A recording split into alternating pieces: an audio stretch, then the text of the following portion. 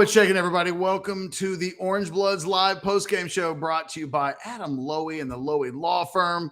I'm Jeff Ketchum. That is Jason Sucamel. Sorry we're a little bit late, but technical difficulties and such. Just like the Texas Longhorns, who win 31-10 on Saturday night against Wyoming, Jason Sucamel can take a victory lap because he was probably the only guy on the Orangebloods staff that didn't have the Longhorns with the over.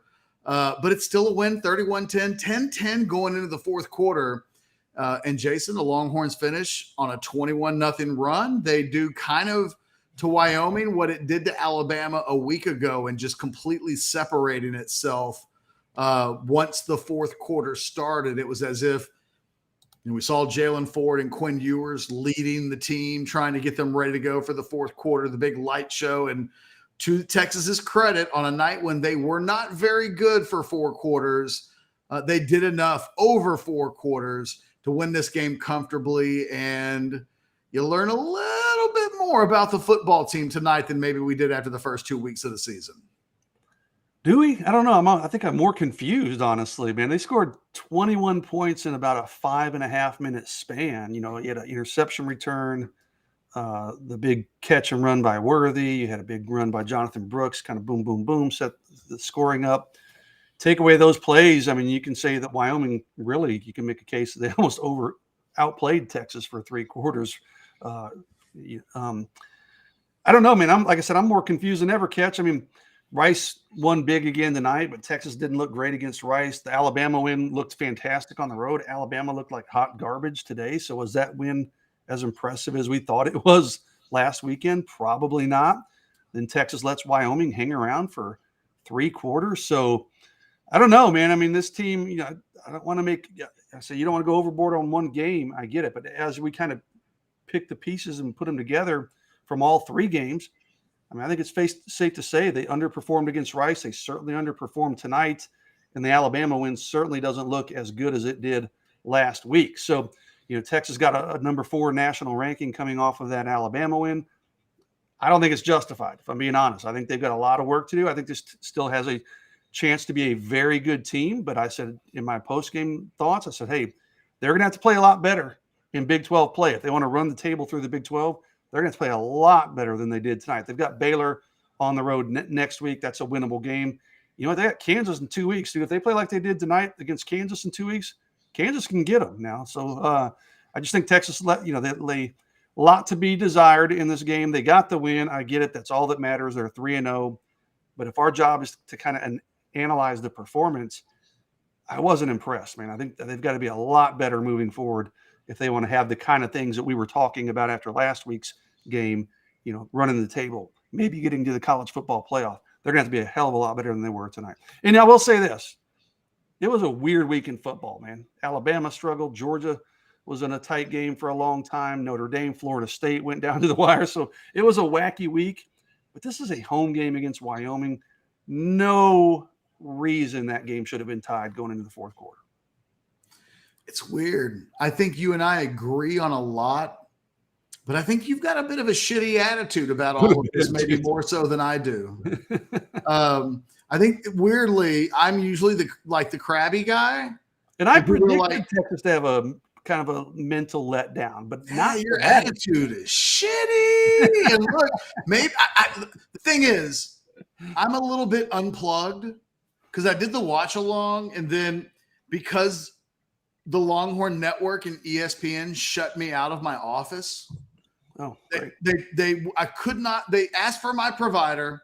I told them who my provider was. They then said that provider you do not have Longhorn Network with this provider, which forced me to go into my bedroom and watch the game on the provider that both the Longhorn Network and ESPN claimed that I didn't have. I'm really unhappy with the Longhorn Network and like my ESPN package tonight. Like, I noticed you were I popped in for a second to watch you in chat, and I noticed it was a different setup. I didn't know. At one point, I had to sit in my bed and like hold the microphone and the computer. I was not happy. It was very indicative. It was kind of symbolic of the shitty Longhorn first half and the offense that we saw. Here's what I think I meant. So let me retort what you just said with maybe the positive spin on, I think you and I agree. It's funny. You sounded really negative, and I didn't disagree with virtually anything other than maybe, if there's a glass half full and a glass half empty, maybe you just gave the glass half empty view of a bad performance. It was 10-10 going to the fourth quarter. Anybody that would sit here and hear us praise this performance would be like, you couple of bastard homers. Like, what are you talking about? It was Wyoming. It was 10-10. So here's my general thought, right? I think what we learned about this team that we didn't know before tonight is that Quinn Ewers is still capable of a stinker. Yes. Now, the good news is that he had it was a bad game. I mean, he was below a 100 rating. I think it was at a 103 rating going to the fourth quarter. He was not good. But he responds in the fourth quarter, and by responds, he got the ball to Xavier Worthy. Xavier Worthy did the rest, and then he scores the touchdown on 3rd and 5, which at the time it was 17-10, and was it going to be 20 or was it going to be 24? He makes it 24. He ends the game. We now know. So last year, I brought this up on the watch-along. Anwar and I had this conversation after the Oklahoma game about whether or not Quinn Ewers would ever have a bad game again. And Anwar was like, I don't think Quinn, until he leaves Texas, is ever going to have a bad game again. And I was like, Anwar, that's fucking crazy. You should have made a wager on that one. I should have made a wager on that. And look, so down the stretch last year, he has a number of bad games. And, Anwar has made fun of himself all year long for that very thing. But coming out of the Alabama game, I think privately, I did not bring this up to Anwar, although I wished I had on Overreaction Monday.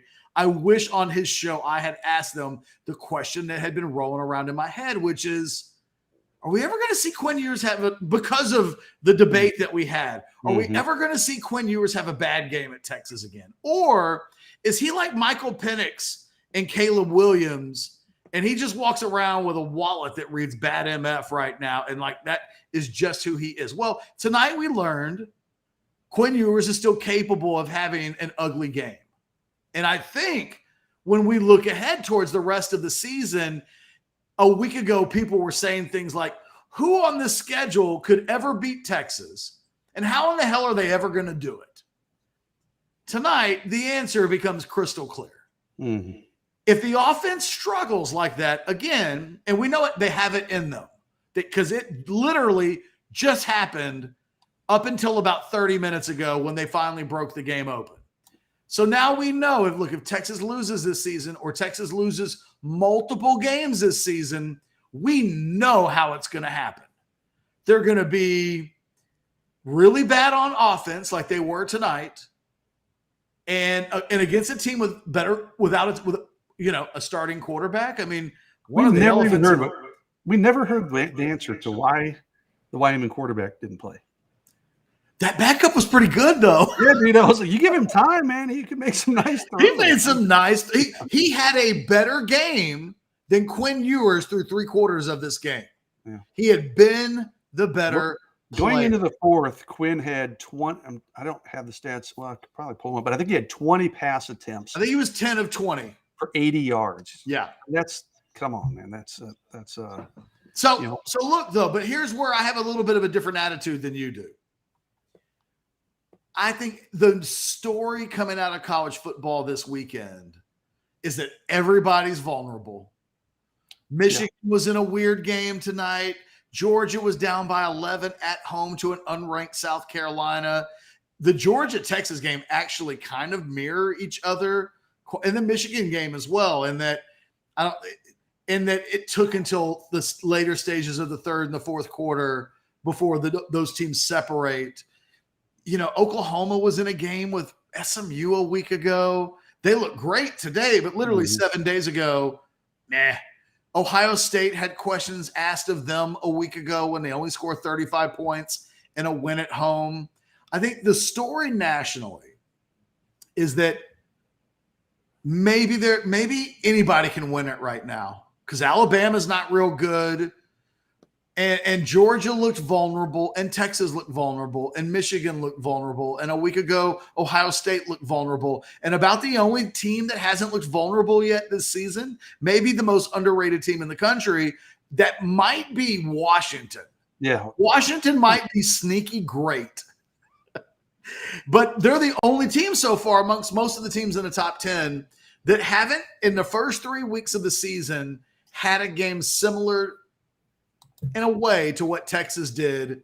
So I don't think anybody should overreact because everybody, look, Texas isn't going to be a world beater every week. We learned that tonight. So adjust, recalibrate your brain for the reality of Texas can play poorly.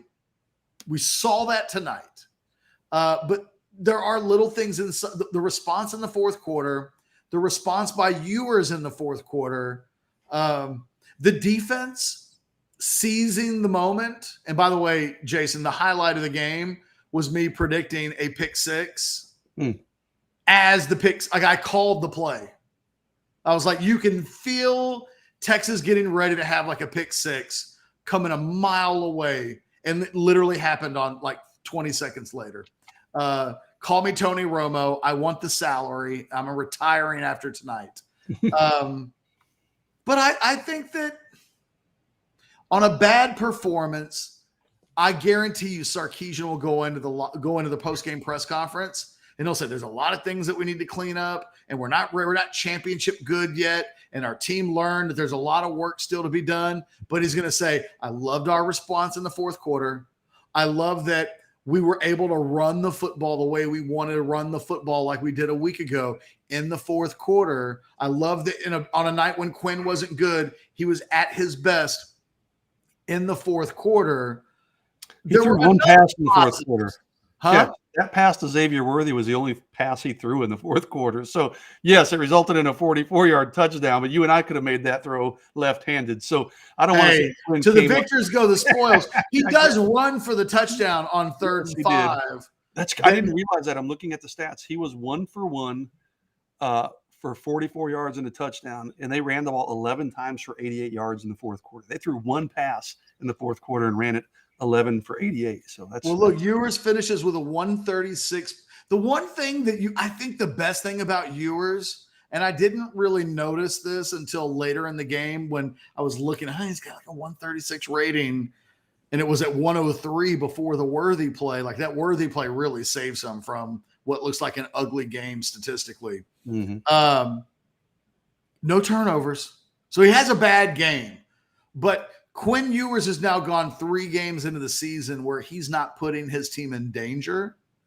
Whatever, even when he's bad, he's not Chris Sims 2001 Big 12 championship bad. That's not his basement as a player right now. His basement as a player, I think we saw tonight, where he's inefficient, he's inaccurate, and tonight wasn't really about inaccuracy with a deep ball. They weirdly did not go deep tonight at all. I didn't get to analyze it that much. I don't know if Wyoming, they had to be scheming something Wyoming did. I'll have to watch it on the rewatch because, they didn't test him downfield at all tonight. And Tony Fish says drops. No. There were a couple, but look, even the biggest drop of the game was that Gunnar Helm drop, but that you could argue was a horrible it wasn't a horrible decision. He makes a phenomenal throw. It was probably his best throw of the night. The problem is he threw that into double coverage, and right as Helm's trying to catch the ball, he gets smacked by a safety, and it was just a really difficult catch and catch and throw to pull off. That was the biggest drop of the night. He was inaccurate. He didn't throw the ball well. It just wasn't his night. And look, I think he comes out of it better for it. Like, I think this was weirdly a nice little hurdle for Ewers. Think about when Ewers had bad games last year. In that second half of the season, Texas didn't win those games. Like, he doesn't finish the Oklahoma State game with a flurry. He was bad, and then it was like finish the game strongly, and it didn't really happen. I think in this situation, he was bad, but the offense, the team, the defense, he and Worthy, however you want to frame it, all of it kind of came together in the fourth quarter. At least that's what they'll tell themselves. The thing is, Quinn Ewers just can't have many more of those. Like the schedule does, even as big of a dud as the Big 12 is, there will be nights when you can't do that. You can't do that in Fort Worth. I don't think you can do that. I think they're going to beat the crap out of Baylor. But if he did that in Waco, you could have a game similar to tonight where you go to the fourth quarter and it's anybody's game. We'll go to the super chat. First time tonight, by the way, feel free to get your super chats in. Colorado State 21, Colorado 20 with 4:08 in the second quarter. 21-14. 21-14. You said 21. What did I say? 21-20. Oh, and 21-14, yes. One of Colorado's scores was a pick six. They've only scored one offensive touchdown. I've never loved Jay Norvell as a coach. I thought it was kind of chicken shit that he talked about Deion's mom. Like, don't talk about the guy's mom. If you got an issue with the sunglasses, directly talk about his mom. He just said, "My mom taught me to do this." Yeah, no. When you that's a shot at his mom. He talks shit about his mom. There's a reason why everybody in America was like, "That's messed up." Oh, Colorado, but hey, I kind of wanted to see Colorado kick Colorado State's head in this game. Yeah. But now that it's the other way and Colorado State's giving Colorado a run for it, I'm kind of rooting for Jay Norvell and Colorado State now. I kind of want to see Deion lose. And I don't even have anything against Deion, but I find myself liking Deion and liking Colorado, and they're exciting, but I'm kind of with you, man. I'm kind of enjoying watching them. For Norvell have talked about the dude, like as far as Shador Sanders is concerned, that dude talked about his grandmother. And so far, Colorado State on the road with a 7-point lead. A lot of time left, obviously, in that game. We'll keep our eye on it. WTV Break said, yes, it was a clunker, but we all knew going in that Sark was going to figure out the run game. Is that what happened? I guess Ewers never had a chance to gain a rhythm in the passing game. I'm not too worried, honestly. I don't know if they figured out the run game. They did run the ball pretty regularly. I mean, 31 total carries, 21 for Brooks. Yeah, they ran the ball pretty well. I thought Brooks ran well and ran hard. I mean, he had the one big run where it changes the numbers in the night in the way you view the whole run game. I mean, the offensive line opened that hole up. I mean, anybody would have had a good run on that. He maximized it with a nice open field and stiff arm and stuff. But yeah, I mean, I do agree to some degree that they were consciously trying to force the run game and, hey, let's get the run game going. And and part of that, I think, though, was because Quinn Ewers was struggling. I mean, I thought, obviously in the fourth quarter, they featured the run game because they wanted to kill the clock. They had a lead. Quinn wasn't, his usual self. So, but I don't know if they went into this game necessarily. It wasn't like they came out and said, all right, we're going to run the ball on 10 of our first 12 plays or anything like that, just to assert our dominance. So I think the run game, yes, it was productive. They ran it quite a bit, but it was more a product of just about how the game was unfolding than it was a conscious effort to come in and just feature that run game right off the bat. No, and look, you're not wrong.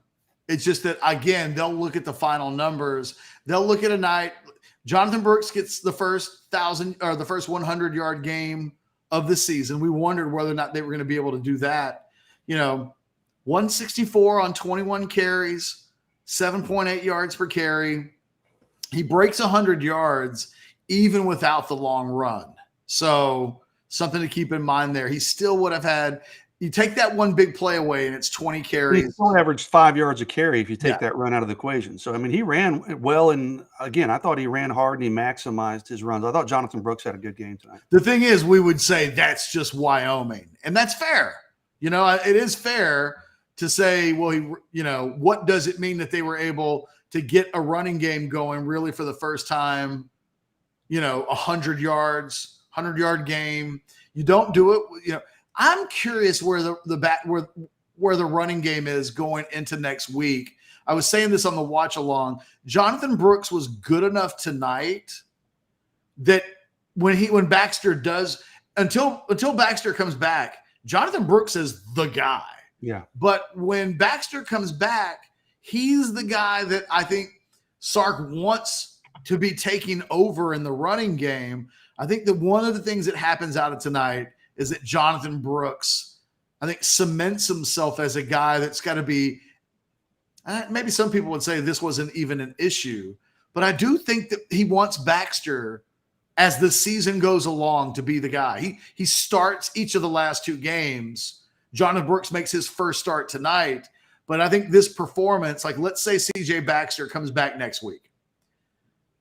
If you're in Waco and you are going to have to run the ball 30 times, I mean, I think Brooks is going to have to be a guy that gets like 12 or 15 of those. And, I think maybe moving forward until CJ Baxter starts to get some momentum, we really have to start putting a little bit of respect on Jonathan Brooks tonight, almost by default because of the injury to Baxter. I think really puts a foot down on the running back job. When they need carries, who do they trust? I think right now he's the most trustable guy. If he keeps playing like he did tonight, he may not give it up. I mean, even when Baxter does come back, I mean, maybe. Yeah, I mean, Baxter's going to be a factor, of course, but I mean, Baxter started the first 2 games. If Brooks keeps putting up numbers like he did tonight, he'll probably be the guy that trots out there first. And I think he's certainly more than capable with it. I mean, I've been a big Jonathan Brooks fan before tonight. I think he's certainly capable of, being a productive, successful back in this offense, through Big 12. I don't think tonight was an anomaly when he went for 164 on 21 carries. So. Yeah, but I've been thinking that if Baxter had the game that Brooks had tonight, like I think it would be like this was CJ Baxter coming out party, and like it's his position. I think that to Jonathan Brooks's credit, opportunity pops up. He did kind of the opposite as Jaden Blue. I said before the game, Jaden Blue, this would have been an opportunity for him to maybe be a factor, have a big performance tonight, and maybe they have to remember you next week in Waco or whatever happens after that. Instead, he didn't do a whole lot tonight. He had the 1 fumble in the 4th quarter. I think Sarkeesian will be like, let me get CJ Baxter back as soon as possible, and those will be the primary guys. El Presidente, thank you for the $19.99 super chat. I'm so sorry that I should have just went right to it. Guys, feel free to jump into the super chat. We will take your questions and comments. El Presidente says Texas is 3-0. In the past, they would have found a way to lose that game. Sometimes you win ugly. Let's give some credit to Wyoming. Played hard, kept it close. Coach Ball has always had hard-playing defenses and teams. You know what? I said the same thing I said, you know what? Texas didn't play particularly well, especially for 3 quarters, right? Not at all. I don't think anybody's going to dispute that. But you know what? Some of that credit has to go to Wyoming. That is a scrappy, tough team. They're well coached. They don't make a lot of mistakes. That backup quarterback played well when he could set, when he was given time. I thought Wyoming was really good on both sides of the line for most of the game. So, that was just some credit to Wyoming. Absolutely. I mean, Texas didn't capitalize and didn't play up to its abilities, but I mean, that was a scrappy, pretty good Wyoming football team that I think is going to give some teams fits this year. I thought offensively they knew who they were more than Alabama did. And they weren't a nickel and dime team as much as they were a nickel and nickel team. And they really were 4 and 5 yards a pop. They did hit a few dimes in the passing game, important 3rd down throws. But for the most part, over 60 minutes, they really knew who they were. They really executed well. They did that with a backup quarterback. I was really impressed with Wyoming. I don't know that they go 9-3 this year or anything, but that was a good, tough, solid football team that I think if they played in the Big 12, that they might win 8 games this year in this league. You could see why they did so well against Texas Tech. That is a tough, gutsy football team. I actually came away with a lot of respect for Wyoming. I give them full props. I think their goal, I said this throughout the watch along, they wanted to get to 7 minutes to go in the game and it still be a game, a 1-possession game. And for most of the game, they did that. They did that. And it's 10-10 going into the 4th quarter. And I thought, holy crap, we're going to get to 7 minutes. Mm-hmm. And they're gonna have the game exactly where they wanted it all week long. This is what they would have wanted. And instead, with 9 minutes to go in the game, Texas separates at that point. Worthy scores in the blink of an eye, and they get the second touchdown on the Quinn Ewers touchdown run. I think it was 9:03 left in the game when Ewers goes in, and they almost made it. They almost made it to the 7-minute mark with a one-score game. They didn't quite do it. And Luke says in the super chat for $1.99, Sark did what was given to him. Ranking this week, I don't think anything changes. I think they might drop will stay exactly the same. Yeah, it was like I said. You and I both pointed out it was a weird week inside the top 10. I mean, there weren't a lot of dominant performances, so maybe they drop a spot. I don't know, but I am with you. I think Washington should move up. I mean, that looks like a really good football team. Penix is doing the crazy things that he does. So, yeah, I don't think it really affects Texas in the rankings. And quite frankly, even if Texas falls down to 7 or 8, which I don't anticipate at all, but if they do, doesn't really matter. Just go out there and win ball games, and that stuff takes care of itself. Well, and we saw that tonight. Tennessee, they lose in Florida. Not that Tennessee was a real contender or anything, but every week teams lose in college football. And if you're Texas, just keep winning. I mean, I can remember Ohio State teams, back in the mid 2000s that it felt like they won on field goals every week. It felt like the year Ohio State played for the national championship against Michigan, it felt like they were constantly getting out of Dodge against every team they played. Hey man, as long as you win, you just survive and advance at that discussion level. I think the big thing is tonight is the night where Texas fans, Jason's thought the rest of the night or the rest of the season was going to be blowout city in every game, and that there wasn't or isn't a team in the Big 12 that can compete with Texas. And because Quinn Ewers didn't have it going like he did a week ago, this became a fourth quarter game. And for a Texas fan who thought 12-0, nobody can stop us, tonight we saw how it would happen if Texas loses a game at some point this season. As a guy that picked them to go 9-3, it'll be that kind of overall quarterback passing game efficiency that leads them to that kind of game. I think the defense can hold its head up. I mean, other than a big 62-yard touchdown run that they give up, they'll feel like even though they didn't have a bunch of sacks and there weren't a bunch of tackles for loss and splashy plays until really late in that last 15 minutes of the game, I think they'll feel like they did their part, and it just took the offense a long time to get going. Jatavion Sanders doesn't catch a pass tonight, Jason. I mean, Not that they didn't try, but when we talk about like what the passing game looks like, he had 0 catches. Whittington had 14 yards on 1 catch. Adonai Mitchell had 3 catches for 30 yards. Worthy finishes 4 for 56. Jason, here's your stat of the night. Texas went to halftime and not a single receiver, including Jatavion Sanders. So not Gunnar Helm had a 14-yard catch, and Keelan Robinson had a 16-yard catch. But no Texas wide receiver or Jatavion Sanders had a catch and run a pass play of longer than 8 yards in the first half, and it felt like it. Whatever Wyoming did, you can bet Baylor and Kansas, everybody moving forward is going to be pulling that game tape and trying to duplicate it. Worthy, it's just maddening to me, man. I literally put in my notes as I'm watching the game, of course.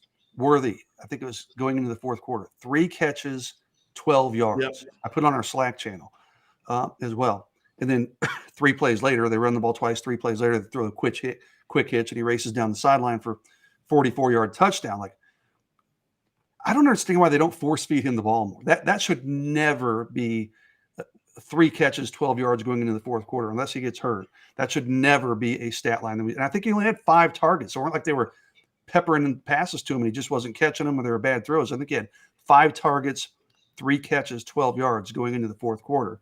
He gets 1 more touch and breaks it open and helps break the game open. But Texas is gonna have to find a way to. Because other teams will try to duplicate that scheme and duplicate that effort. So Sark's gonna have to go back to the drawing board a little bit, and he'll come up with some tricks for next week. Oh, and then I got crushed in prize picks tonight, by the way. I had the more. So I took the less for Mitchell and Whittington. I thought that this wasn't going to quite be a 400 yard. It wasn't like a week ago where I was hitting the more on everything. I actually played an Xavier Worthy, Troy Franklin from Oregon combo pick because it was only like 152 yards. And I figured, and I might still hit that. I have no idea how Troy Franklin's doing. I was a little nervous about the 73.5 for Worthy, but I thought Ewers would hit the more on the 2.5 touchdowns. 5.5 receptions. I thought that was an easy number, and he ends up getting 4. I took the less on Whittington with you. You said earlier Travis Hunter's out of the game. It's just not my night or day today on Prize Picks. I apologize to everybody out there that heard me say, hey, take Mohamed Salah on Liverpool with a 1.5 or more shots. Oh, I forgot about that. I don't think he had a shot on goal. It was just one of those days, dude. Yeah. Sometimes you're the bear, and sometimes the game is the bear. This weekend, the game clawed and mauled me, and I'll pick myself up. I may stay away from the NFL tomorrow on Prize Picks because I usually play the NFL when I've had a real good college weekend, and it's like, let's just have some fun. I'm licking my wounds right now. Tell you what, I like this super chat. Bryson, by the way, I like the way he spells his name there.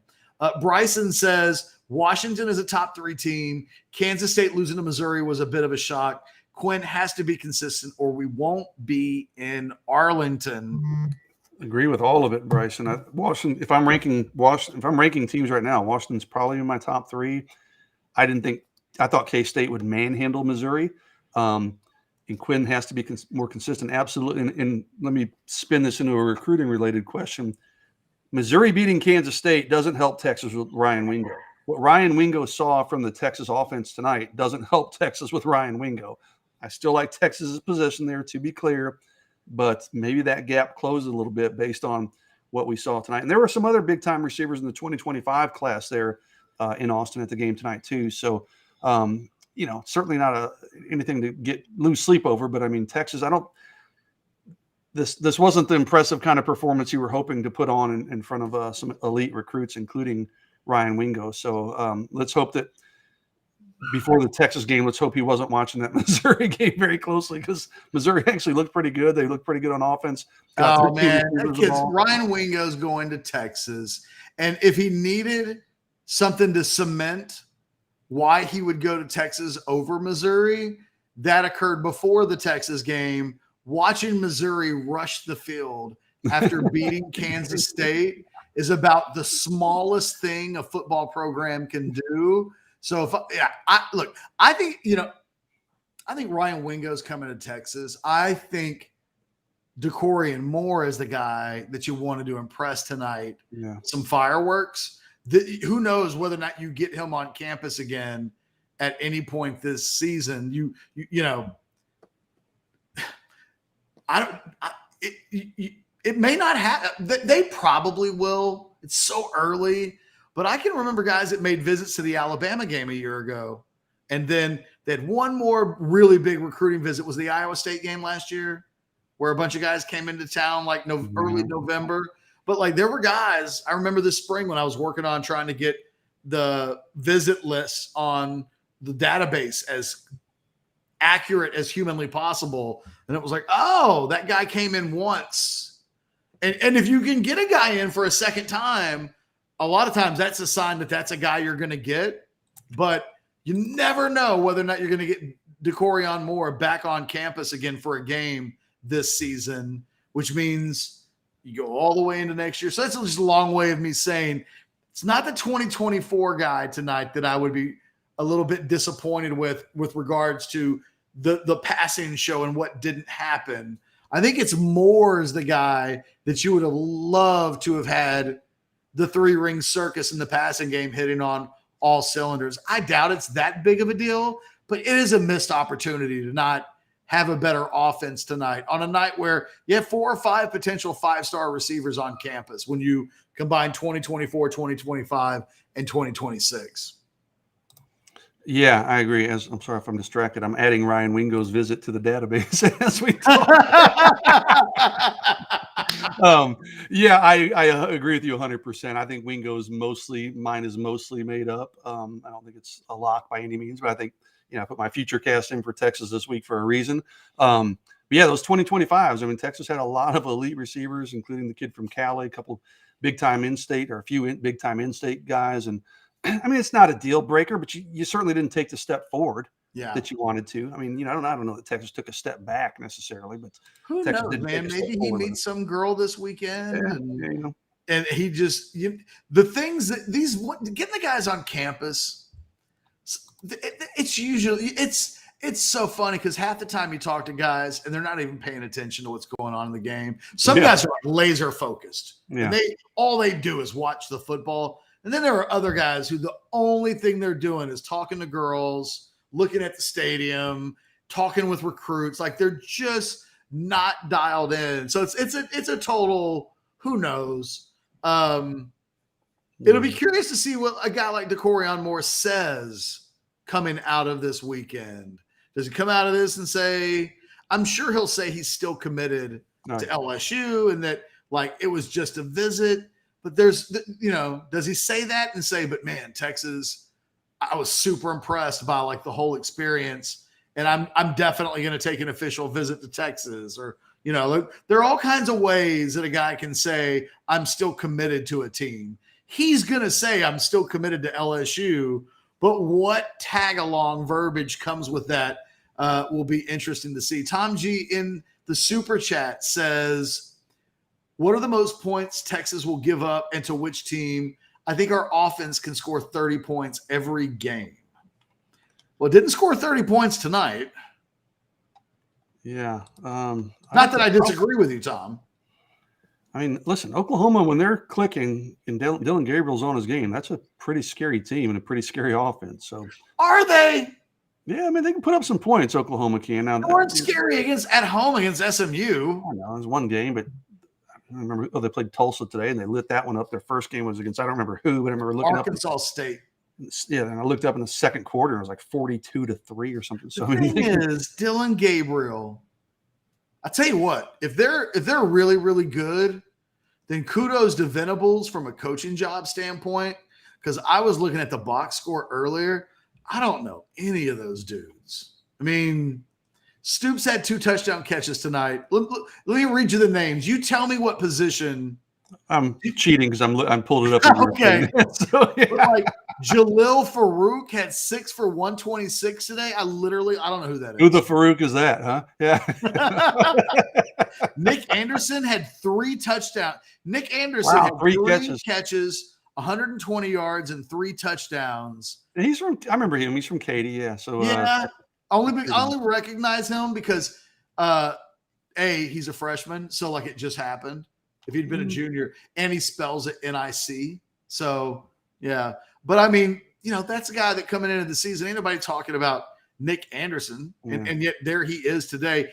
Andrell Anthony had 3 guys go over 100 yards receiving. Jalil Farouk, Nick Anderson, and Andrell Anthony. I feel like I'm in Major League when the guys are, who the fuck are those guys? That's what I feel like. Who are those guys? You look at the running game, Javonte Barnes and Gavin Sawchuk were the main 2 guys. They didn't run the ball real well against. My whole thing about Oklahoma is that Dylan Gabriel eats up teams like Tulsa, and the whole knock on him in his entire career is how he performs against really good teams, top 25 teams. I don't know. Like I don't care who know. You're playing, dude. You go 28 for 31, 421, 5. He did that at Central Florida, though. Like he did that at Central Florida, but then he'd play a ranked Louisville team and it would fall apart on him. So my whole expectation for Dylan Gabriel is that he'll always look like an NFL player against the Tulsas of the world. But against TCU last year, he was crap. He's only played yeah, you're right. Oh God, he was 7 of 16 TCU. I'm trying to look like other ranked. That was like 31-0 before he got hurt in that game a year ago. And that was the first time last year when you look at like the season that he had That was the opportunity. He played against Oklahoma State. They win that game against the Cowboys, but he was not good. He was 20. He was really good against Kansas. And we're turning this into the Dylan Gabriel show, I know, but he was really good against a ranked Kansas team, 400 yards and 2 touchdowns. But, but again, I see your Kansas point. isn't even that good. That they were ranked because of Jalen Daniels. Right. At that point, yeah. And it falls apart for Kansas. I'm not even sure if Daniels played in that game because he ends up getting hurt and coming back against. Matter of fact, I'm pretty sure Daniels didn't play. I'm going to double check. Which game are you talking about? Jason Bean played in that game for Kansas. Anyway, I don't want to turn it, but I'm just saying when we talk about the Big 12 and Texas boys says maybe we're a road team. Maybe. I saw that earlier. Exactly. Maybe. A couple of more super chats. Luke says Sark is pissing me off with not involving JT Nayor, K-Rob, or Jay Whitmore. I can promise you Nayor won't drop as many balls as X. I've just got to think Nayor is still not 100% because this is his old team. They would have played him. I think they would have tried to get him involved if I got to believe he's still working his way back to full strength because otherwise I think he'd be part of the rotation if he was fully healthy.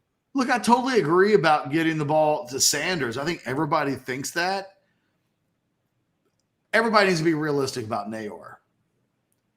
They're telling us he came into this game with less offensive. He had one less offensive rep in game than DeAndre Moore. They don't rotate their receivers. Sark plays, and Jonte Cook's not playing a lot. And they want to get Jonte Cook in more than Isaiah Nayor. And I don't know that Cook played tonight. No, he had a drop. He had one of those drops, remember? Oh, did he? Okay. Yeah. Another super chat. I'm just saying, you need to prepare yourself that Isaiah Nayor is not going to play much this season unless there's an injury. Bryson back in the super chat says OU's offense is built to beat the crap out of lesser athletes, spread you out and put their superior athletes in space. Week 6 should be really fun. It should be if the Quinn Ewers from last week shows up. We did nitpick his performance a little bit coming out of the Rice game because he didn't complete any. And honestly, if you're trying to look for things that were in common with the week 1 performance at home with the week 3 performance at home, there are 2 things that stand out. One, there was no downfield passing attack at all for Texas tonight, at all. The only 2 times they really even went deep intermediate, they went once to Sanders on a ball that just never came close to him. And then they went deep intermediate down the sideline to Helm. And again, Ewers makes a phenomenal throw, but he throws it into double coverage. And I can't be upset at Gunnar Helm not being able to hold on to that ball. It would have been a tough catch for anybody, but Gunnar Helm's not your best pass catcher. He's not your best receiver. And it's a tough play to ask him to make. I don't know that we'll ever see Gunnar Helm make that play. And he didn't tonight. Hey, am I crazy? I know this is kind of random, but we're talking about Quinn. Last week, he has that ball to Xavier, right? That he basically goes up out of the stadium and drops perfectly into Xavier's hands, right? Yes. The first 2 passes to Sanders, JT Sanders, they're both in the end zone. One he overthrew him and one almost got intercepted. It looked like he put just a ton of air under those balls. Again, I'm like, okay, is that going to be his new thing or what? But, it is his thing. And the second one almost got intercepted. I mean, that's the first time this season that he got bailed out. That when I say he's been protecting the ball for throwing that kind of rainbow, those passes probably should not be quite such rainbow passes. So, but I was like, all right, is he consciously trying to do that now because it worked last week on that ball to Xavier? But I don't know. There's a time for those types of balls, and I thought tonight early on, and maybe I'm misreading. Maybe it wasn't a conscious thing, but those first 2 passes to JT Sanders were both those same kind of rainbow things, and I'm like, no, neither one of them was a good pass at all. Austin, it's not a super chat question, but he says Quinn played fine. The play calling was conservative. There were a bunch of drops. Quinn was not good through the first 3 quarters of this game. Let's not play calling was conservative and there were drops, but that doesn't excuse Quinn. I mean, Quinn. Let's not do this thing where every time Quinn has a performance, it's someone else's fault. I mean, the only play that saves his stat line is a Xavier-worthy special. Quinn did play almost 0 role in that play's success. it is a ball that they complete 99 times out of 100, and Worthy did all of the work. It's okay to say that Quinn Ewers had a Quinn would tell you. Performance. Like, it's okay to tell the truth. Quinn would probably tell you that he needs to be better than he was. Yeah, like even tonight there are people complaining about Worthy dropping balls. Guys, maybe you didn't see it on the Longhorn Network. The offense didn't struggle because of drops. That's just not what happened. The offense wasn't good for 3/4 of this game. I do think Austin's right. The play calling was really look. Sarkeesian had a worse game than Quinn did. It was the opposite of what they've done in the first 2 games. I mean, you're talking about a coach that loves to take shots. They took no shots. There was not a single vertical deep ball to any of the guys that you want to throw a deep ball. Anwar Richardson reporting from the locker room. Chris Ross and Cole Hudson will get MRIs tomorrow. Sarkeesian said he's hopeful the injuries aren't long-term. That one to Hudson sure didn't look good, did it? Oh, man. Yeah. On one hand, it was awful. And on the other hand, I'm hopeful that those big-ass knee braces saved him. Yeah. Man, if he only comes away with like a sprain, MCL or something like that, I think the big knee brace may save him. It looked bad for those that didn't see the play or turn their head. He just kind of got bent backwards over his leg. His foot got pinned, and he ends up going backwards. And it was one of those that makes you squeamish. There was a play, I don't remember, not too much after that, where Jake Majors got rolled, kind of same deal from behind and bent him backwards. I'm like, oh shit, is it going to happen again? But he thankfully got up and he was fine. Sometimes it goes that way, man, and sometimes it is as bad as it looks. It means it's DJ Campbell's job in the short term. It's been a long time, Jason, since I've seen a guy walk as gingerly and like as unstable. I thought he was going to take that trainer down with him coming off the field. He looked like he was going to fall down, so he grabbed on that trainer, and like I thought the trainer was going to go down with him. But that didn't look good, man. So let's hope for the best. Interesting super chat here. Thoughts on Gundy's job security? Losing in that fashion to South Alabama is crazy. Plus, his recruiting development seems to have taken a major step back. Graham, I'm so glad that you just said that. They were down 16-0. Yeah. And then because they're an unranked Big 12 team, hold on. Don't you say anything. Okay. Let me just click on it and see what happens when I pull it up. By the way, Kansas and Nevada in a 10-10 game at halftime. All right, I'm scrolling down. UCF, big. Cincinnati, wow. Losing at home to Miami. Oh, wow. Yeah. Hey, UCF, man, they've 3-0. They beat a 2-1 Villanova team, beat the crap out of them. UCF's playing pretty good football. So BYU with the biggest win of the weekend for any Big 12 team. Still weird to say it, but BYU goes on the road, beats Arkansas in Fayetteville 38-31, outscored Arkansas 17-7 in the second half. There's your Big 12 title contender right there. 33-7 was the Oklahoma State score for those watching. So and at home, Oklahoma South State Alabama. 7 didn't come until the fourth quarter. Wow. I need to see if the score was. I need to see who scored. Okay, so they got their 7. They fell behind 23-0. At the half. 23-0 going to the fourth quarter. What's his job security look like? I don't know. I mean, I just have a hard time imagining Gundy getting fired. But if Pickens is there, I would say his job security is in trouble because they hated each other. But T-Boone is dead, rest in peace, and Gundy's an institution there. I don't think he gets fired. I don't think they fire him after this season, no matter how bad it gets. they'll still probably end up being like a 7-5 type team. You got to almost like remove yourself from the moment of tonight.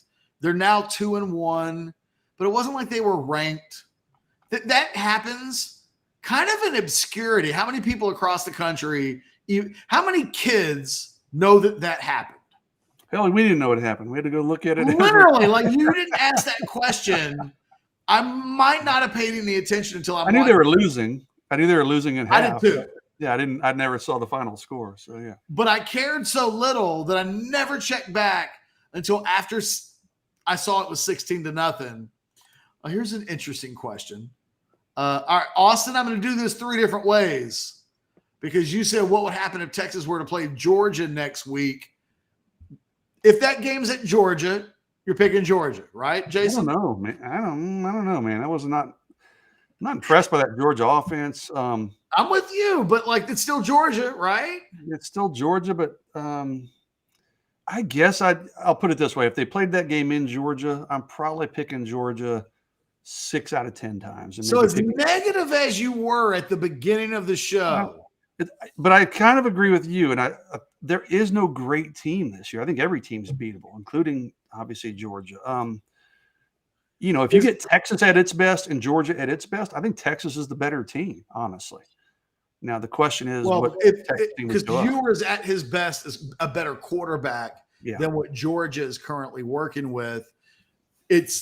Although look, Quinn Ewers tonight was a night. Quinn Ewers didn't lose the Heisman tonight. Like that feels obviously like, hyperbole. But when you see the numbers that Penix and DJ are putting up at USC, CJ Williams, you look at a situation where at some point you have to match them. Massive box score for massive box score. Michael Penix Jr. might be the best player in college football right now. I think I heard him say he had 400. He finished at 473 and 4 touchdowns. I think he had 404 in the first half. Maybe did I hear that tonight, dude? He was. The thing is, we should have learned about Washington because Washington was up by 3 scores on Texas. Against a Texas team that was missing Roschon and Bijan, and there were the drops. But like Washington was ahead by 3 scores in that game. And I didn't think Washington looked that good that night. I thought it was a very average Washington performance in the bowl game. And that they won the way they did, I thought spoke more about Texas, that this Washington team that I thought played like a C+ game kind of coasted their way, and Texas had the drops and whatever. But now you look at what Texas is doing and you think back to that game a year ago. Washington, they play USC, and I can't wait to see that game. Mm-hmm. You want to talk about a game where I hope Texas isn't playing at the same time and we're not doing a post-game show and we can just watch those 2 dudes. First one to 60 wins. It is be a hell of a lot of fun. The thing is, I feel like if we look at the top 10 right now, give me the teams with the quarterbacks, I guess. And that ain't Georgia right now. It is Texas when Quinn Ewers plays not even his highest level of football. He played a high level last Saturday. You get that guy, and Texas can beat anybody. You get the guy that we saw tonight, and, any of the teams that we're talking about on a night where Texas gets that Quinn Ewers and that Steve Sarkeesian, Texas probably losing. And maybe from tonight might have been a 2-score loss. If you played Washington tonight and it was instead, you know what I mean? Like it all comes down to when you play teams, but he did have 4 touchdowns in the first half. And I'm pretty sure I heard him say he had 400 yards in the first half too, man. So. Oh, by the way, text guy too, for real. I can't wait to get Anwar. Anwar will be joining us shortly, and we'll be able to say goodbye to Jason. Texas 3-0 for the first time since 2012. Anwar showed up in 2014. So for the first time in Anwar Richardson's career of covering Texas, that's the stat of the night. The Longhorns have made it to 3-0. Anything is possible. Yeah, that's Anwar's been here a long time, dude. That's the first time he's seen a 3-0 Texas team. That's incredible. That's so bad. That means they've just never been able to make it through non-conference without something happening. We all remember the games, whether Maryland or Arkansas or whatever, Alabama a year ago. By the way, Colorado State, still 21-14, 12-14 to go, third quarter. They're driving. It's going to be a fascinating game to watch down the stretch. Listen, I've kind of been peeking over my shoulder. Late in the first half, they had a deep completion like down to the 5-yard line, but called back for a holding, and they ended up not scoring. I mean, Colorado State has looked like the much better football team in this game so far. I'll tell you what, I mean, that's a great catch. I don't know if it's a catch. They call him out of bounds. I didn't see it. But it was still a great catch. I thought he got his foot down. Who's your let me ask you this, Catch. I know easy choice for me, but who's your player of the game tonight for Texas? Jahdae Barron. Easy choice. Same one. What a who else? How good was he tonight? He was I'd say that play he made on the screen. Yep. Was just phenomenal. They were talking about Devondre Sweat had an NFL play where he beats a double team and makes a tackle for loss, and then Barron does the Devondre Sweat as a defensive back like two plays later. It was beautiful. Dude, I put in my notes. I said that was an NFL play. Yeah. But he just they were talking about it in the game on the broadcast about, he studies film and all this stuff. But he does, man. He just has a knack for diagnosing some plays. Like you don't want to run a wide receiver screen to his side of the field or at his guy because he's going to smell it out. He's going to make the play. I've seen it happen time and time again. He was fantastic tonight. You can say Jalen Ford. I mean, he finished with 7 tackles, but I don't know, man. It was Jahdae Barron for me. Well, yeah. Oh, absolutely. I'm just trying to say who else had decent games. I mean, I don't know. Jahdae Barron, obviously. Maybe Xavier Worthy a little bit just because that touchdown. I mean, Jonathan Brooks, 21 for 164. That's, you can't knock that. But there just weren't a lot of standout performances in this game, right? If I'm giving game balls, it might just be one. It might go to Jahdae Barron, and that might be it. So, yeah, and I mean, you look at the stats defensively. They finished with 1 sack. Sorrell gets that late, and they had 5 tackles for loss, but they only had 1 at halftime. I mean, defensively they were solid, but they weren't forcing big plays. They weren't really winning the line of scrimmage. Wyoming ran the ball effectively all night. The problem with Wyoming is that they don't have any – on a night when they scored on a 62-yard touchdown, they don't really have any sizzle in their passing game at all.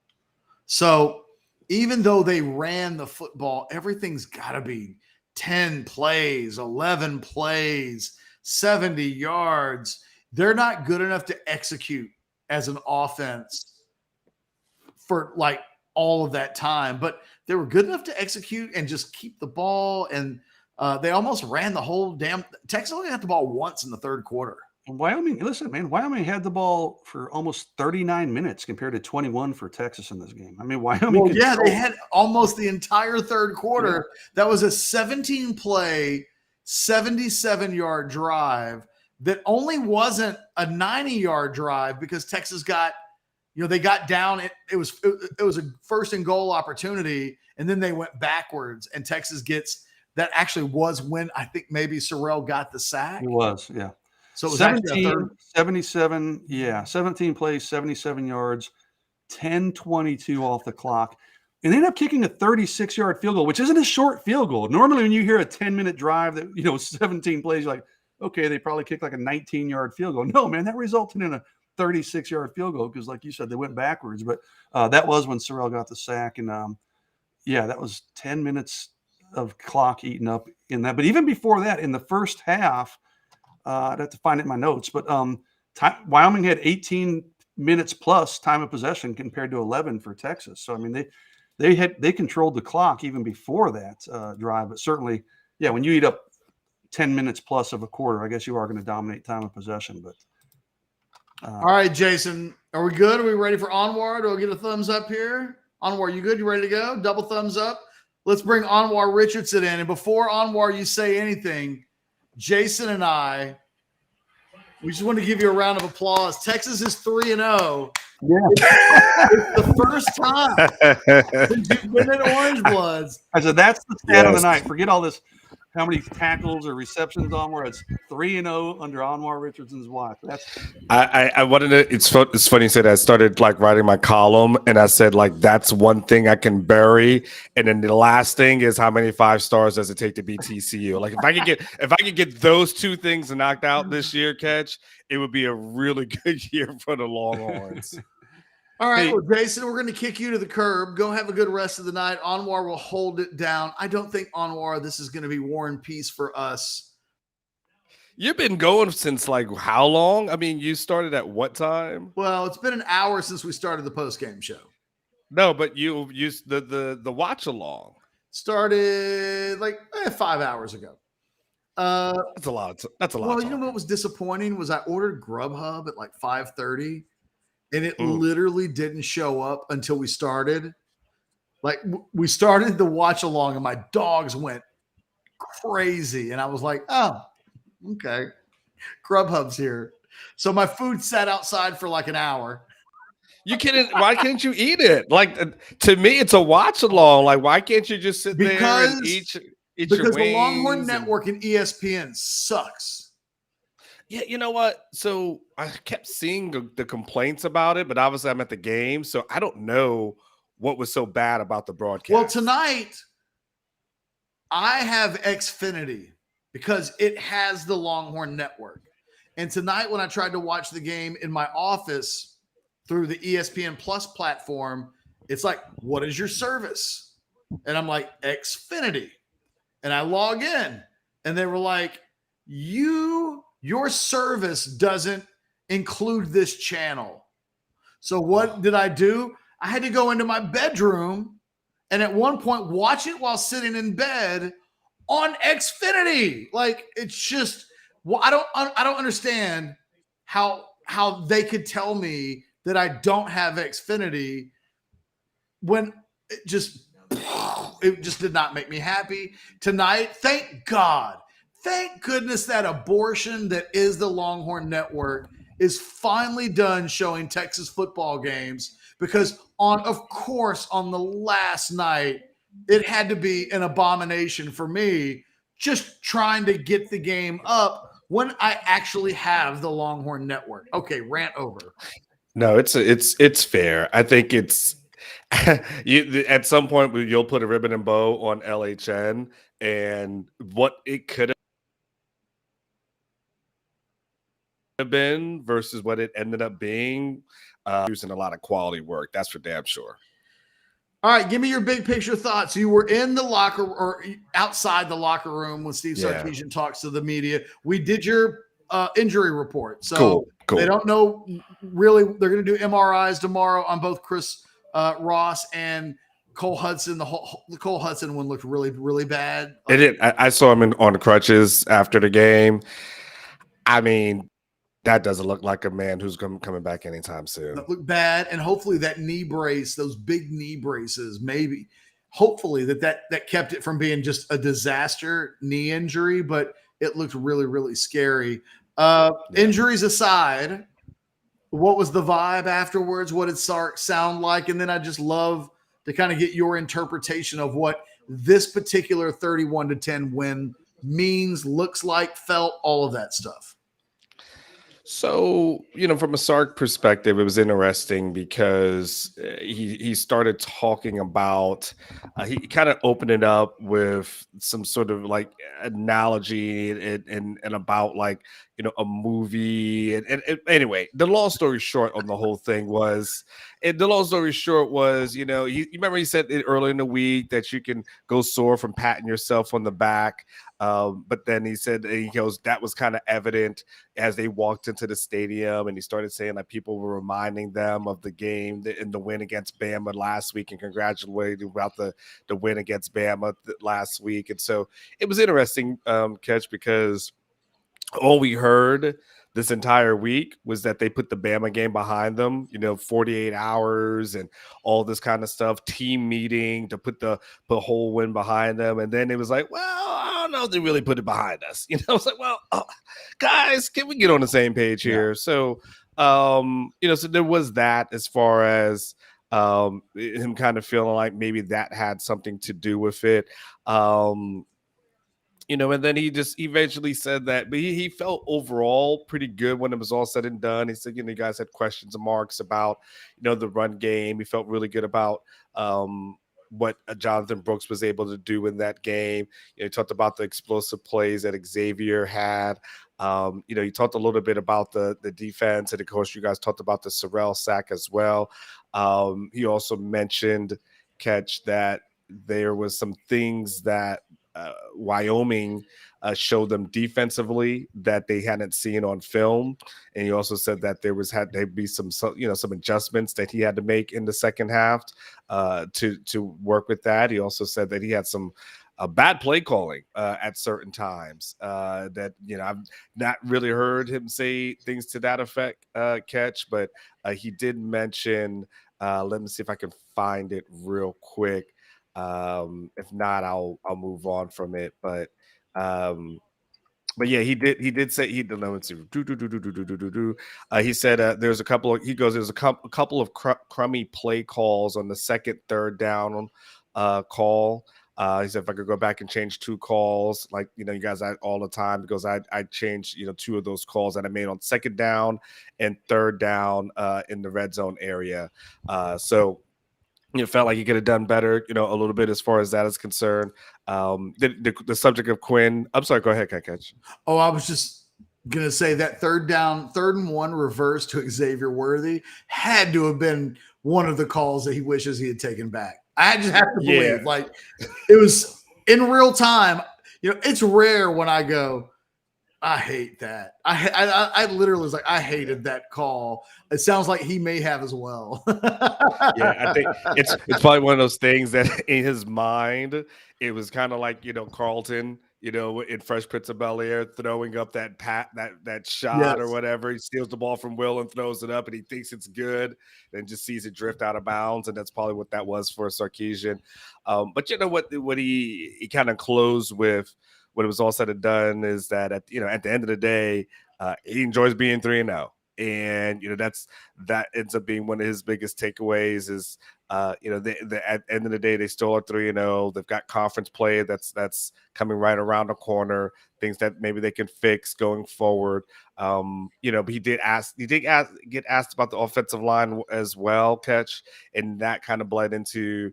That was kind of the answer. I just want to make sure I got specifics on that. That was the reason why he said he feels okay about the offensive line, but the Wyoming showed them certain things that they had to do, and he had to adjust on, and he felt like they did better as the game went along from a blocking perspective. So, but he like I said, he did point out the 3-0. And I think those are kind of the highlights of what he said. Those are kind of the most important things. I think for me, Catch, there's a couple of things. There's one of the things I'm writing for tomorrow is that no matter what happens with this offense, and I don't know what you've written, by the way, because I've gone straight down. So this might be your lead. I haven't written anything. Like that's one of the things, Anwar, about what happened with my instant analysis article hasn't been written. Like I have to do what you do, which is when we're done here, I have to actually sit down and write tonight because I wasn't able to write during the game because the Longhorn Network sucks.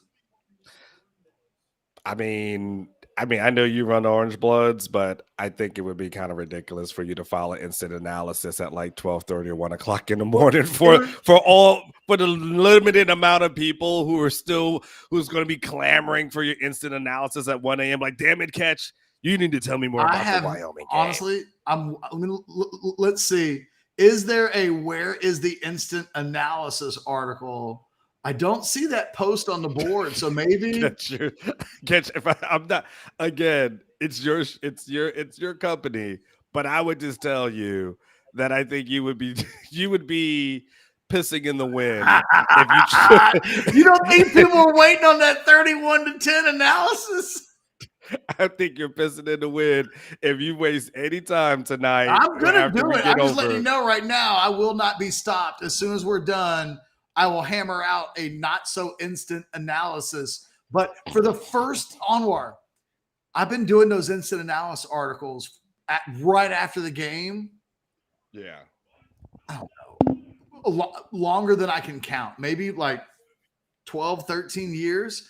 This is the first time as soon as the game's over, I don't have my analysis article ready to go. And so I'm just kind of freaked out by it. Like You're going through withdrawals. I am like Dustin Hoffman's character in Rain Man. Jeopardy's at 5:00 and it's 6:00 and I ain't seen no Jeopardy. And I'm kind of shaking. You're right. There's a little bit of withdrawal going on here. Like I just don't know what to do. Withdrawals, and I'm telling you, your instant analysis is popping the first couple of hours, and then it dies down. I am telling you, when you throw that thing up at like 1:00 in the morning, you're gonna be so disappointed because you're gonna come back in the morning time. 500 views. Spoken like a man who's written many of post-game articles on orangebloods.com and posted them late. And eventually I was like, Anwar, how about we not do those?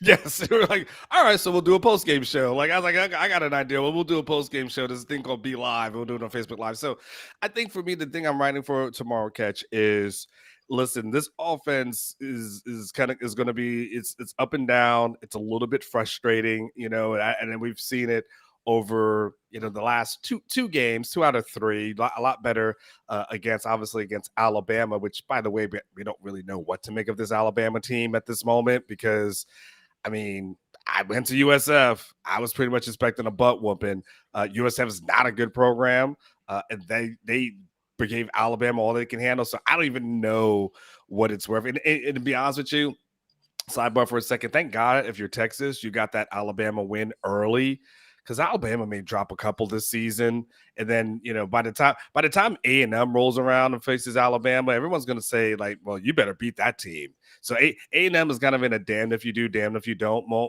kind of mold as relates to that. So for Texas, thank God you got them in week 2, where no one's going to take anything away from that victory. Because now they play. Ole Miss goes at Alabama next week. Ole Miss so far this season has scored 73 points. 37 points and 48 points. They got some points in them. Lane, he's been waiting for that dude. And here's the thing, Lane and Sark are boys. Like they're like BFFs. So I mean, you gotta imagine that. I mean, Sark may not need to help him out, but Lane likes to talk crap. Like, he's going to be extra motivated. And that Bama team they have no offense. They have a quarterback. It's weird. They have to start Jalen Milroe next week, right? They have to. But my question was, what the hell happened? Like, there's only two things that explain why Jalen Milroe didn't play this against USF. Either there was a suspension that has not been made public, and that's the reason why he didn't start, or when they went and did the film review, he was so lost and such a deer in the headlights that they said we can't put this guy. You think it was the Hudson Card Arkansas performance? It could only be one of the two, and I would lean to, and I'd have to wonder what the hell you would have to do in Alabama to get suspended. So I don't know what it as the starting quarterback. Yes. Like it would have had to be something wild. So I don't know. But the thing is, Catch, no matter what, the thing is what we've learned after 3 games is that Texas is really damn good on defense. That's my biggest takeaway, the biggest consistent theme that we've seen over 3 games. Looked a little ugly against Rice, but it wasn't the defense that looked ugly. Played outstanding on the road against Alabama, but that was a lot because of the defense and what they were able to do. And then this game here as well, they gave up that, they gave up a run early, off the first drive. And then after that, that's pretty much it. I mean, that quarterback wasn't bad, but he didn't have enough. And so that's the thing I know going forward, Catch. If for this team to get to Arlington and potentially beyond, it's going to be because of this defense. I think we're kind of crazy to say, but through the first few games of the season, we know this is a really really really good defensive team, and so that's kind of one of my biggest takeaways. I know Tom G's got the super chat question in there. So that's it for me. Sorrell, stepping up, but you saw from the other guys, the Jaron Thompsons of the world. This wasn't an Anthony Hill game, but you still saw other guys, play well. So that ends up being my takeaway. And there was that stretch there. One of the things I kind of outlined, Catch, where you guys talked about the Sorrell sack, right? But then there was the Sorrell sack, and then that holds them to the field goal. And then that puts them at 10-10. Right after that, Xavier Worthy gets that 44-yard touchdown reception. But following possession after that, though, the Texas holds Wyoming to a 3-and-out. On the next possession, Quinn Ewers scores on that 5-yard run to take a 24-10 lead. Wyoming gets the ball back. Jaron Thompson gets the pick six. It's 31-10. It's ball game. And so it was it was like one defensive play after another defensive play after another defensive play. That to me is what I walk away with. I'm like, Steve, the offense, I don't know. But his defense is going to keep them in every single game. All right, I know Tom G had his question, so I want to make sure I address that as well. It was a question specifically for you. Yeah. So did you feel like Sark called a very vanilla game? Quinn only had 21 passes and nothing was really deep. Yeah, I mean, it definitely was a vanilla game. I mean, there was I'd have to go and check and see. I don't have the shots, but there was no deep shots in there, which is interesting because that's the Sark bread and butter, right? That is going for the deep shots, like you said. Come hella high water, we got to go for it. We got to make teams honest. And you would have thought that in a game like this, where they've got guys who are superior as far as you would think on paper, superior athletes. That's what you do. You go ahead and do that. So it was a very interesting, game plan, and it gets, Thomas. It's fascinating to me. And let me just look at what the final stats and Brooks ends up getting a lot of carries late, Catch. But it's the one thing I've noticed, Catch, with Sark. If the passing game isn't necessarily working, sometimes he's just going to keep trying to pass it. and then late, he decided, okay, all right, we'll just go ahead and run the ball, and then none of these guys can stop Jonathan Brooks. But it was an interesting – it's weird, Tom, because in some assets, it's kind of – you don't call a deep ball, but then they've got Savion Red, running play, running a wildcat. They got Byron Murphy catching a touchdown pass. There was who else? They had one other. Gunnar Helm almost caught a touchdown pass. So it was interesting that the other guys that he was trying to get involved within that. So I don't think he was holding back. I don't think that was what it was, but it was just really interesting. I agree with you, Tom. It was very interesting to the point where, again, it was 10-10 at the very end of the third quarter. So it was weird. Tom is right. It was weird. Yes. It was 10-10 going into the third quarter, and you thought to yourself, like, I don't know what the hell is going on. So yeah, Tom, I'm 100% with you. That's kind of some of my thoughts there, Catch. I've been dying to ask you this question for hours. Okay. And I'm so upset we didn't have this conversation on Monday for the Monday Overreaction show.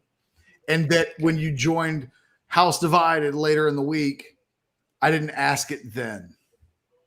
But one of the questions I have thought in my head coming out of Alabama, I've thought back to our conversation last year about Quinn Ewers.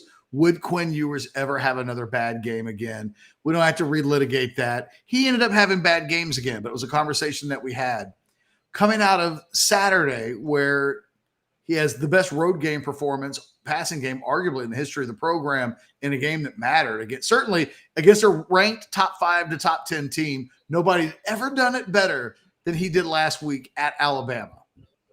So coming out of that, one of the things that's been in the back of my brain all week long, did I think Quinn Ewers had a bad game in him? And to be clear, at going into the fourth quarter, he was 10 of 20 for like 80-something yards and I think a 100 game rating. It wasn't good. And the Worthy touchdown pass somewhat saves the performance a little bit. If I had asked you on Monday, do you think Quinn Ewers will have another bad game, like bad, in him for the rest of his Texas career or for the rest of this season? How would you have answered that question? I would have defiantly said no. I would have defiantly said no. I would have made accusations towards you. You would have received all of the animosity as a Quinn Ewers supporter that I would have been able to give you. It's fascinating you say that, Catch, because you're right. He was 10 of 20 for 87 yards with a 103 passer rating after 3 quarters. When it's all said and done, he only attempts one more pass? The Xavier Worthy catch and run, yes. Yeah. So there's 2 more pass. There's an incompletion, and then because he finishes 11 of 21. Oh yeah, you're right. Yeah. So he get 11 of 20. Yes, yeah. You're exactly right. So he finishes 11 and 21 for 131, 2 touchdowns, and 136.2 passer rating. Right. So I would have defiantly said no. This offense, it's baffling sometimes because I did see on LHN and they put up a stat as far as the drop passes are concerned. So we did see some drops in there that you thought to yourself like, okay, that just hit someone in the hands. But then we also saw a couple of passes. I think there was one. There's one that sailed over Xavier's head. I think maybe on the 3rd down. They seemed out of sync once again. Like it almost looked like last year as far as being out of sync is concerned. So yeah, it was an odd. That game, that thing was odd, and I think Quinn was okay, but it's a weird way to follow up Bama. Like you thought, and it's just odd. It's like we saw OU happen last year, and I thought to myself, there it is, yeah. Take off. That's it, baby. That's it. And then it's kind of like, huh. And then last week, again, I find myself, there it is. That's the dude right there. You see it right there. Then it's come back next week. And you're like, So, again, no turnovers. So you kind of redeem yourself a little bit, but it wasn't what you would have expected to see, a performance against Wyoming of all teams. So I've had this thing in my head before tonight. Like I really had thought about that this week. And one of the things that was interesting for me, Anwar, is that if you had asked me that question, I would have said Quinn still has at least one stinker left in this season. But I really did think long and hard, like all week long about this. It's why I can't believe I didn't ask you when we had you on the show on Thursday, because I've been thinking about this all week long. And for the first time ever, the answer of no was something I seriously considered. Like, well, maybe he'll have a bad game, but it won't be bad like a season ago bad. It'll be bad in the context of, I don't know, but it would be a good game that's not really bad, but we just have a new idea of like bad. I think what tonight does, if you're a Texas fan and you left last week's game and looked at the rest of the schedule and said, man, there's not a team on this schedule we're not beating by 14 plus. We're great, and those teams are not. Tonight was the reminder of if Texas does lose this season, and I feel like we know what the recipe is going to look like. We may not know the team, but we didn't know that tonight Wyoming was going to be the team that 10-10 going into the fourth quarter. It is what it is. So we know that the passing game it's still possible that they can have this kind of a night. And it will cause everybody, I think, the rest of the season to file away in the back of their mind week by week as they go. As long as that doesn't happen, Texas is probably really good. But tonight was a reminder it can still happen, because tonight happened, and I wasn't on Orangebloods in the fourth quarter or in the third quarter because of my arrangement for watching the game. It really made me feel blind. I don't know really what the reaction looked like, but I know what the reaction was. And I don't think it's a reason for panic. I think in a lot of ways, if you're a Texas fan, you know more about your team now. You know, it may have been confusing. You may not really understand why wasn't Sark more aggressive? Why didn't they throw more passes? But we've seen this happen tonight, and it's inside the guts of a 21-point win. So there's no reason to overreact to it. But we know now that Texas can be mortal on offense until they prove to us through maybe a long stretch of football that it can be better than that. And I think we just walk away tonight. There's no reason to panic. There's no reason to freak out. But if Texas loses later in the season, I think we know exactly the way it will look. And it should be said, other than the ball that he threw into the end zone that was almost intercepted, Quinn played yet another really quick, clean game. Even his bad game tonight, it wasn't 10 of 20 with 3 interceptions or 2 interceptions or even 1 interception. It was a low efficient night, but he's still not making the big mistake. And I think that's actually something that Texas, coming out of a sketchy performance, can kind of feel good about, because there's a world out there where his bad game tonight includes a couple of interceptions, and who knows what that game looks like in the fourth quarter. But even on a night when he wasn't his best, he didn't put his team in bad positions, and that is something that he's been doing pretty consistently now. He's done it almost, other than the throw in the end zone that didn't get intercepted that probably should have, probably one of the worst balls he's thrown all year, into double coverage, doesn't see the safety, the guy just drops the ball. But other than that, like 3 full games, there's no official interceptions on his record. And I think that, you know, the bad Quinn Ewers being a guy that, okay, you can live with that as long as he's not turning it over, I think is actually a positive that you can walk out with this game saying, okay, we've seen bad, and it didn't kill us in the end. Yeah, I mean, there's a couple of things that 100%, like it didn't kill, you know, again, but the thing is, and again, the secret sauce to it, Catch, is that Texas has been able to get away with this because their defense has been so good. Yeah. I mean, the question now becomes for me, Catch, is what if the defense has kind of an off day, which it can happen, right? They've been salty. But what if they have a kind of an off day, like the things that happen, you know? And now, is this offense equipped? Or if they have to go mano a mano, if there has to be a track meet, can this offense do a track meet like that? That's what we have to see. We don't know. And they're fortunate, right? Because next week it's Baylor. And they don't really have a quarterback with a pulse, so you don't have to worry about that. They're awful. Yeah, so I mean, they barely beat Long Island. I didn't know they had a program. Wyoming beats Baylor if they play today. Yes, so they get past Baylor, but then they got Jalen Daniels after that, and that becomes like, okay, we got to fix ourselves, right?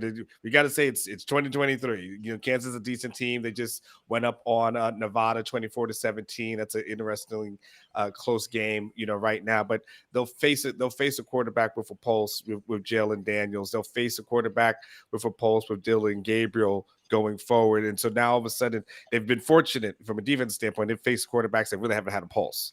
But they will face those, you know, and again, not killers. You know, we're not talking about the killer. You have to face a Caleb Williams. He's not on the schedule or anything to that effect. But that becomes the challenge for this offense is if that defense gets challenged at any point, and it just happened just one of those nights like this, how we've covered how many games, you covered how many games. So sometimes this is what it is. It just happens. Can this offense keep up? If Jalen Monroe was a decent, if you put Jalen Daniels on, that Alabama team, would they have been to keep up? Well, no, we don't know. So, that kind of becomes the question going forward. The offensive stuff definitely does have to get cleaned up. I mean, and if there's a way or something how to do that, because that's living on the edge, as Catch, and you can only do that but for so long. Catches up with you every once in a while. It will catch up with you. Like you can't just think to yourself like, oh man, we just got through and 3-0. It's like, no, you're going to have to figure this thing out and make all these components work. To the question of Tom G, the deep ball has got to be able to be there. The intermediate passes have to be there. Like the easy passes have to be something that is caught. But then these guys that the pass has to be there, but the receptions have to be there as well. So. Yeah, man, it's going to be interesting to see how this thing plays out over the next few games, and they may be able to escape death, and maybe Catch, if it all goes well for them, maybe they have one of those TCU seasons where they just escape death, week after week. Like that's possible, if you're looking for the positives of it. But there's other, and then 3-0, so that's another positive. But there's still there's a little concern. Like, this looked like a team tonight that would go 9-3. They're not. I don't think they're going to. But this was the type of performance that a team that loses 3 games gives. I don't anticipate seeing this a lot this season, but it serves as a reality check that this is still a team that on any given week can find themselves in trouble if they're not careful. Because they were in a 10-10 game with Wyoming at home in the fourth quarter. I mean, duh. Yeah. It's stating the obvious on a night when it literally happened. Yeah, like that's not like hyperbole. Like that happened, right? So because that happened, it's like, well, it's sometimes a warning sign of things to come. The same way we look at Bama and we say that's a warning sign of more things to come. This is a warning sign that, hey, if you don't tighten up in these certain specific areas, it could get rough. It could get real tight on you. So that's kind of like the tough part. All right, we've been going for an hour and a half. It's after midnight. Yes. Let's do some game balls and get the hell on out of here. Can I give the first one out? Yes, absolutely. Because I did this earlier, so I just want to go ahead and get it out of the way. Johnny Barron was sensational tonight. Yes, he's he's maybe the only guy on defense that I instinctively want to give a game ball to here on the Loewy Law Firm post-game show. Shout out to Adam Loewy, by the way. If Anwar, all these post-game shows that we've done, we've never seen a 3-0 start. That means during the entire run that Adam Loewy has been sponsoring the post-game show. And if I'm not mistaken, the first game he ever sponsored was a Maryland loss. So I think that probably is correct. So that probably is correct. So that's probably thank you, Adam Loewy, for sticking in with us for so long that you're finally at a 3-0 start. And look, if anybody ever does anything that harms you, don't look anywhere else. Go to the Loewy Law Firm. Let him make you some money. That's what he does. Okay, onward. Game ball. Give me one. Well, you took a good one. I guess I have to do the obvious one, which is I'll just do the obvious one with Jonathan Brooks. Yeah, take it. I'll just do that. I won't overthink it. Make it simple. 164 yards, 7.8 yards per carry. That was a Jonathan Brooks that we kept hearing about, as far as training camp, as far as making those kind of plays. And so we finally got a chance to see it. And it's interesting that there was a little bit of seeming hesitation to just utilize him in the first half of the game. And then Sark just finally said, screw it. Let's just run this guy. And he gives you exactly what you need. So there you go. Jonathan Brooks is what I'll do. I'll take Xavier Worthy. He has the big punt return, which was almost like the best play of his career. I mean, that would have been a real highlight play for him had not number 63, if I'm not mistaken, come out of nowhere. And the fat man made one hell of an open field. He had the sideline to help him, but I promise you, Xavier Worthy will feel like if he'd gotten past 63, he'd have taken that to the house. He's got the punt return. And then, on a night when it was 10-10 in the fourth quarter and there just weren't a lot of big plays, his 41-yard touchdown play essentially ends the football game. Because what it did at that moment, the moment Texas went up 17-10, for the first time in 45-plus minutes, Anwar, Wyoming felt like a team that was feeling pressure. Like, we better do something here, because if we don't, they're gonna beat us. And if that touchdown's not there, Wyoming's still in a weird little comfort zone in the fourth quarter, and Xavier Worthy makes the big time play almost all by himself. I mean, here's an interesting little fact, Anwar, that there were two things about tonight that I'll pat myself on the back for. Go for Number it. One, I called the Jaron Thompson pick six 15 seconds before it happened. Oh, wow. So I got a whole lot of Catchstradamus. The people in the chat asked me if I was a wizard. Felt really good about that. That's nice. Yeah, that's love. On the Worthy touchdown play, it's the first time this season that they've thrown the ball to the right side of the field behind the line of scrimmage. Worthy catches that ball like about a yard behind the line of scrimmage.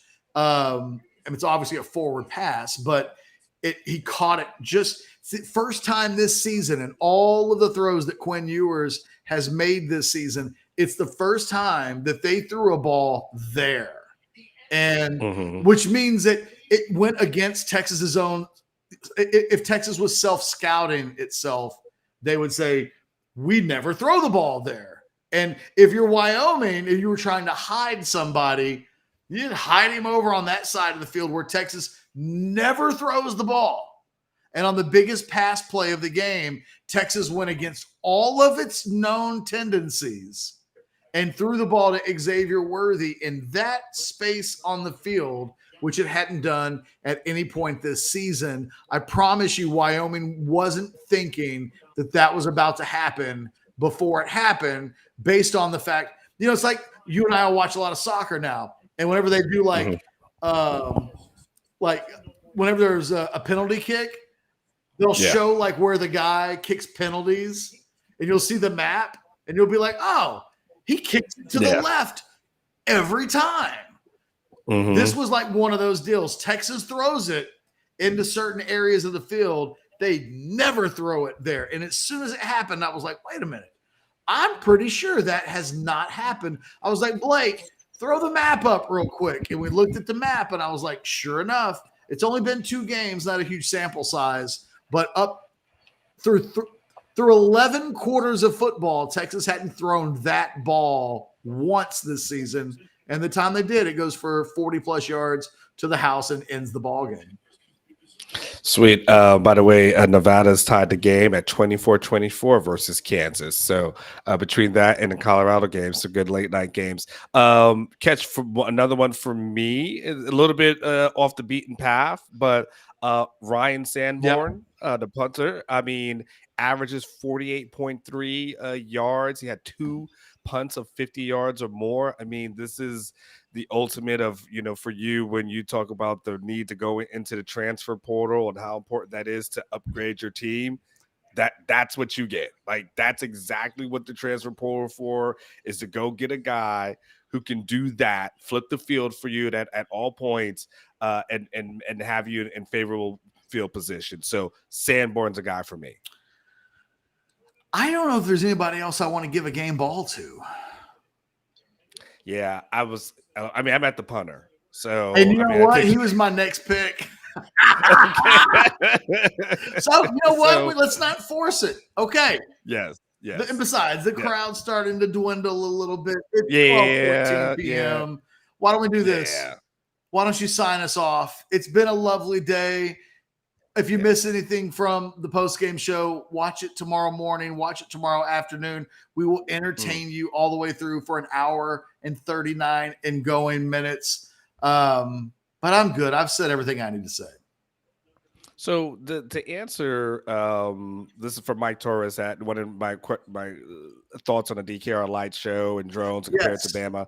Bama. It was nice. It was something different.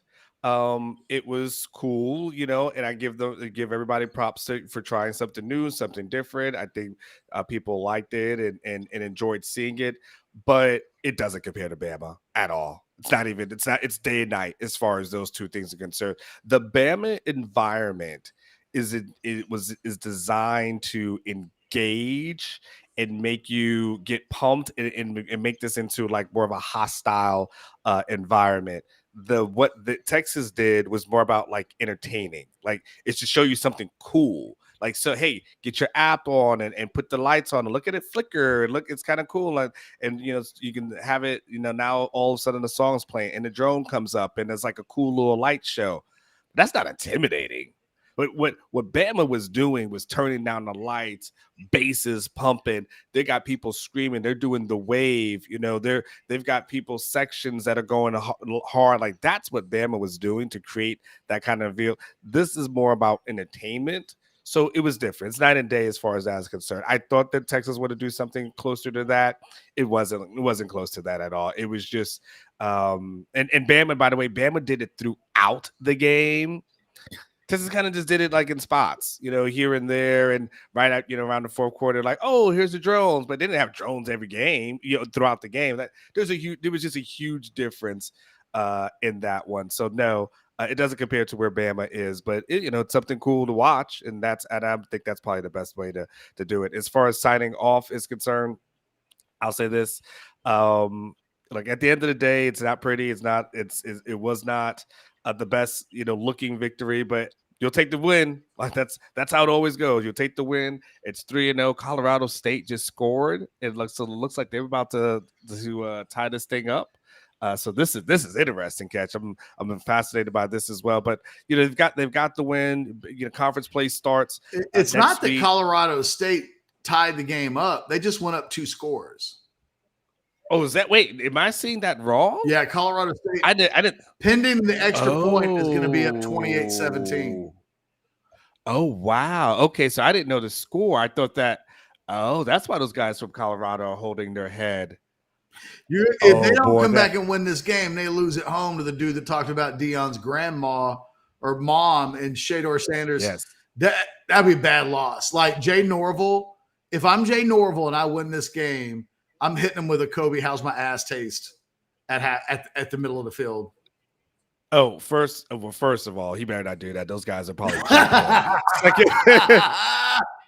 it is crazy to think that's the same Jay Norvell I used to be here at the University of Texas as a receivers coach, and so that part is weird. And yeah, this is the like come down to earth moment that that a lot of Deion haters have probably been wanting, but Norvell's cursed on the side.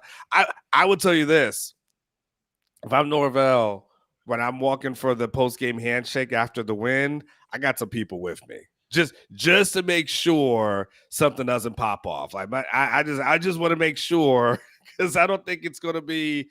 I saw what Shador was saying before the game, know. So as far as Shador knows, that dude talked about his grandma, man.